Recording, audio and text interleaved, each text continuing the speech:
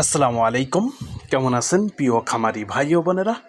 আশা করি সবাই ভালো আছেন এবং সুস্থ আছেন। আমি খুলনা হাঁস মুরগির ফার্ম থেকে মোহাম্মদ আজিজুল ইসলাম রানা বলতেছিলাম। প্রিয় খামারি ভাই ও বোনেরা, আপনাদের সামনে আরেকটা নতুন ভিডিও নিয়ে হাজির হলাম। আপনারা দেখতে পাচ্ছেন একদিন বয়সী খাঁটি ক্যাম্বেল হাঁসের মায়া বাচ্চা। প্রিয় খামারি ভাই ও বোনেরা, আপনারা যদি ডিমের জন্য খামারে হাঁসের বাচ্চা ওঠাতে চান তাহলে আপনাদেরকে বলবো আপনারা খাঁটি ক্যাম্বেল হাঁসের মায়া বাচ্চা ওঠান। খাঁটি ক্যাম্বেল হাঁস 12 মাস ডিম পাড়ে এবং বাজারে খাঁটি ক্যাম্বেল হাঁসের ডিমের চাহিদা অনেক বেশি এবং একটি লাভজনক ব্যবসা।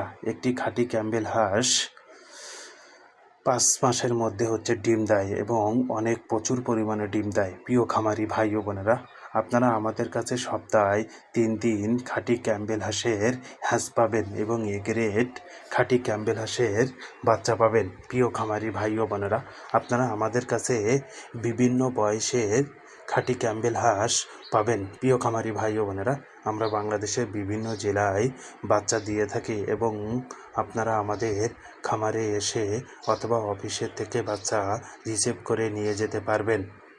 প্রিয় খামারি ভাই ও বোনেরা, আপনারা আমাদের কাছে সবসময় আপনাদের খামারে যদি কোনো হাঁস মুরগি অসুস্থ হয় তাহলে আপনারা আমাদের কাছ থেকে পরামর্শ নিতে পারবেন এবং আমাদের ডাক্তারের পরামর্শ অনুযায়ী আপনাদের খামারে মুরগি যদি অসুস্থ হয় তাহলে রোগ নির্ণয় করে ওষুধের পরামর্শ দিতে পারবো।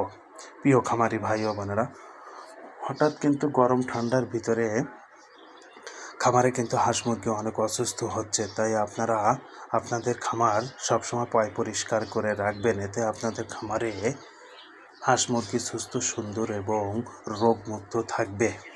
প্রিয় খামারি ভাই ও বোনেরা, আপনারা কিন্তু আমাদের কাছ থেকে যে কোনো ধরনের রোগ আপনাদের খামারে যদি হাঁস মুরগি অসুস্থ হয় তাহলে আপনারা আমাদের পরামর্শ নিতে পারবেন। যে কোনো সময় আপনারা আমাদের কাছ থেকে পরামর্শ নিতে পারবেন।